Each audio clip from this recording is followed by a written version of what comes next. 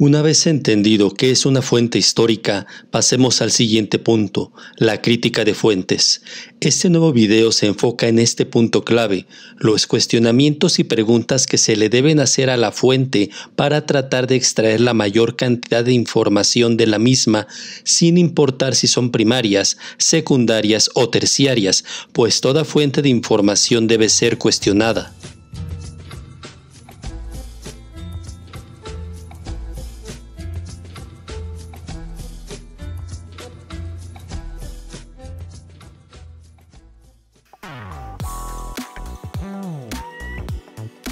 Por crítica de fuentes nos referimos a una serie de planteamientos y cuestionamientos hechos a las fuentes que consultamos, tanto primarias, secundarias y terciarias, y que ayudan a determinar su importancia y valor para la investigación. Por ello, se debe responder a una serie de cuestionamientos hechos a las mismas fuentes, los cuales varían de acuerdo a la naturaleza de la fuente, por lo que los que a continuación se exponen son solo los más básicos y después se realizarán 3 ejercicios para ejemplificar lo expuesto.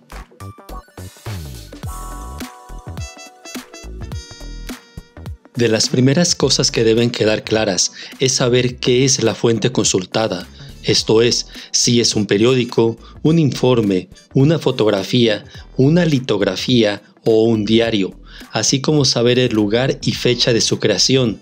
Esto, aunque parezca una simpleza, es fundamental, pues nos habla de la naturaleza de la fuente, esto es, para qué fue creada, cuál es su fin y si nos será útil.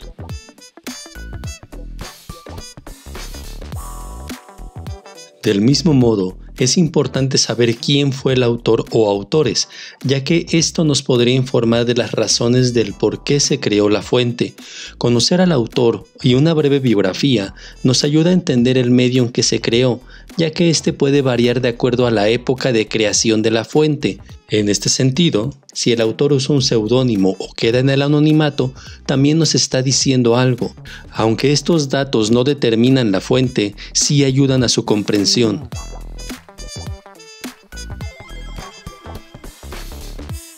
El contexto histórico de la fuente es clave, pues más que decirnos cuándo y dónde se elaboró, nos da luces sobre las condiciones históricas, eventos e ideas que rodean su creación. Esto no quiere decir que realicemos un listado de los acontecimientos históricos mundiales que sucedieron la fecha en que se realizó la fuente, sino que indaguemos lo más que se pueda de los acontecimientos históricos que tengan relación con la fuente de información.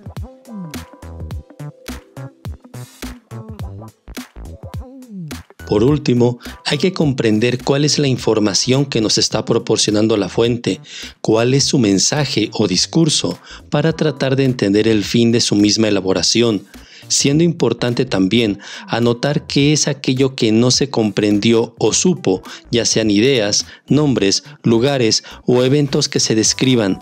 Todo esto con el fin de comparar, contrastar o complementar con otras fuentes de información.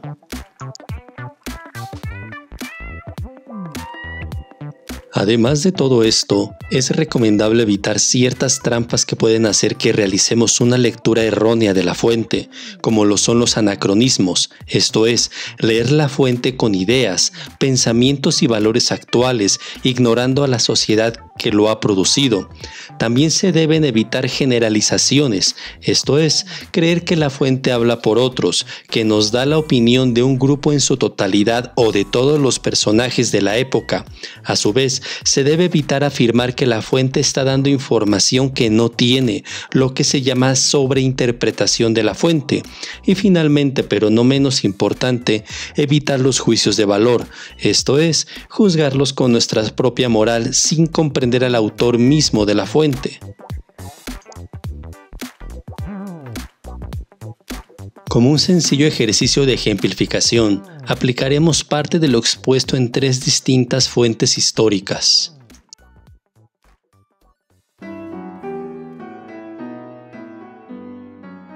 Empecemos con la siguiente litografía. Se trata de la representación de la llegada de Maximiliano de Habsburgo al puerto mexicano de Veracruz en 1864, titulada Maximiliano I, Emperador de México, de Heinrich Gerhard, realizada en el mismo año de 1864. En ella se muestra al emperador Maximiliano de Habsburgo, acompañado de la emperatriz Carlota Amalia de Bélgica, siendo recibidos por la comitiva mexicana a su arribo a Veracruz. Se aprecia a mujeres ofreciendo flores y al pueblo en ambiente de fiesta. Si bien no hay certeza de que la litografía se realizó en México y lo más probable es que fuera en Europa, se distribuyó en ambos lugares desde el primer año de la llegada de los emperadores. Como sabemos, Carlota y Maximiliano fueron protagonistas de lo que en México se conoce como el Segundo Imperio, de 1864 a 1867, que sucedió durante la Segunda Intervención Francesa, de 1861 a 1867, en medio del periodo histórico conocido como el Período Liberal, que va de 1854 a 1876. Sintetizando muy brevemente, este periodo está marcado por un enfrentamiento político y bélico entre liberales y conservadores. Tras un gobierno liberal y la promulgación de la Constitución de 1857, se desencadenó la Guerra de Reforma o Guerra de los 3 años, de 1858 a 1861, y aunque los liberales ganaron, la mala situación económica llevó a dejar de pagar la deuda externa, siendo el pretexto que usaría el gobierno francés para invadir México tras una alianza con los conservadores en 1861. Gracias a este pacto de franceses y conservadores, se intentó instaurar un imperio, a cuya cabeza estaría Maximiliano, archiduque de Austria, quien llegó a México en 1864 en medio de la guerra, y al no lograr consolidar su gobierno, este cayó en 1867, siendo fusilado el emperador ese mismo año. Así, comprendemos que la litografía en cuestión fue elaborada al inicio de un gobierno del que no se tenía certeza si se consolidaría. Pero, ¿qué tan cierto es lo que nos está mostrando la imagen? Para tratar de saberlo, confrontemos esta fuente con otras. Aunque existen más litografías del momento, se debe considerar que fueron realizadas por encargo del mismo imperio, y al ser litografías es más sencillo construir una idea por sobre la realidad, como se aprecia en el aspecto de los personajes y el estilo arquitectónico de la Catedral de Veracruz, pero al contrastar con testimonios e información de la época, así como textos de diversos investigadores, la información de la fuente, en este caso la litografía, es completamente distinta, pues la gran mayoría de especialistas serios coinciden en que nadie salió a recibirlos, y algunos afirman que incluso la ciudad era contraria al monarca. La condesa Kolonitz, quien acompañó a los emperadores en el barco, retrata este hecho con las siguientes líneas: no había ni una señal de vida, nadie se movía en el puerto, no había nadie en la costa.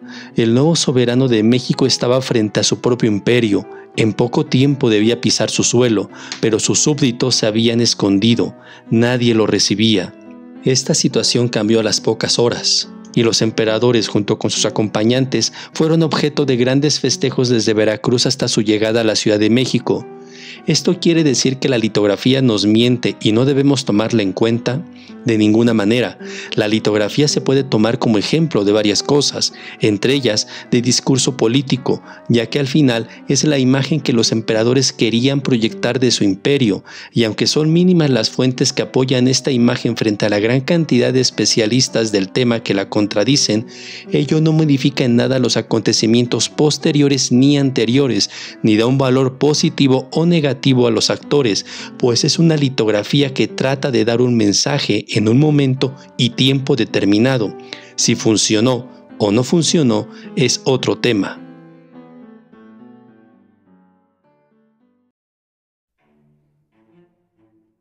Ahora, repitamos el ejercicio pero con una fuente diferente. En esta ocasión, veamos un artículo periodístico del diario cubano La Lucha, publicado el 21 de mayo de 1911, titulado Un sol que muere.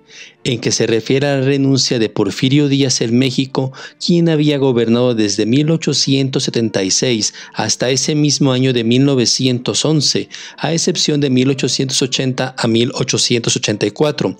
Con este acontecimiento se concluía el periodo histórico conocido como Porfiriato, y fue uno de los acontecimientos que sucedieron durante la Revolución Mexicana, que va de 1910 a 1920, según una de las varias periodizaciones que existen. El artículo tiene puntos interesantes. Por un lado, alaba a Díaz por haber renunciado en un momento oportuno, ya que de permanecer hubiera significado mayor derramamiento de sangre. También dice que durante su gobierno, Díaz hizo a México un país sabiamente organizado, cuando antes fue esclavo del caudillaje y de las ambiciones de cuantos aspiraban a gobernarlo, concluyendo que hizo a México moderno, próspero y rico.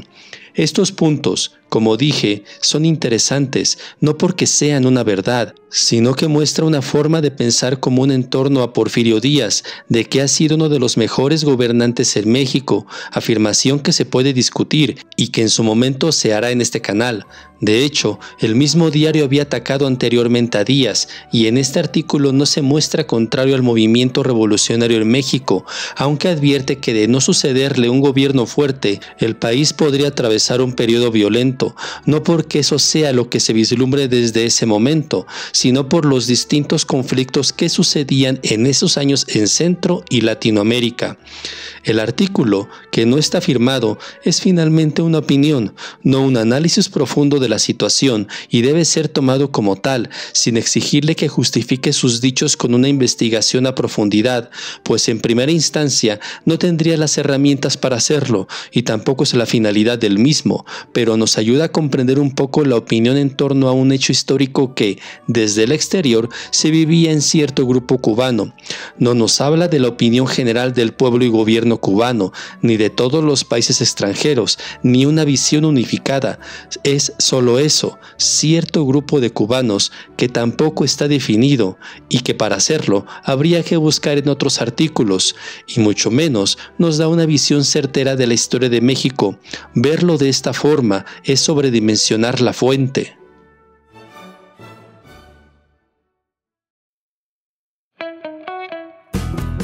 Concluyamos este ejercicio con una serie de informes realizados por Winston McKinley Scott, jefe de la CIA en México en 1968.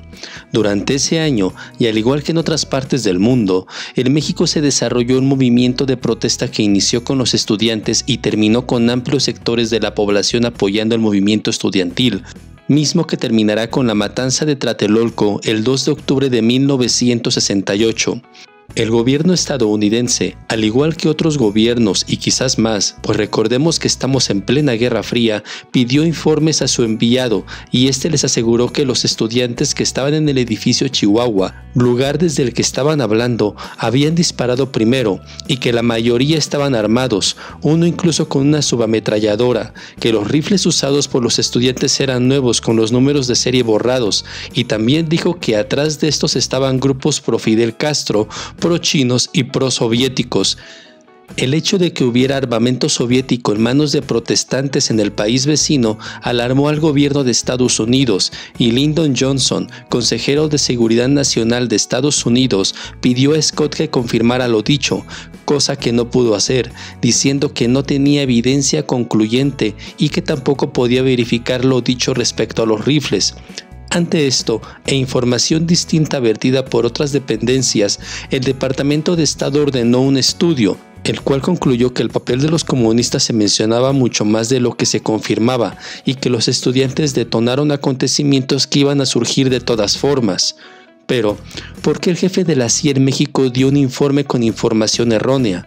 Una primera idea es que Scott dependía del gobierno mexicano como única fuente de información, pero también se sabe que mantenía ciertos negocios con gobernantes mexicanos y tras ser relevado de su puesto al año siguiente, en 1969, se quedó en México, donde creó una consultoría para quienes desearan hacer negocios en México, siendo sus principales clientes políticos mexicanos con los que había tenido relación.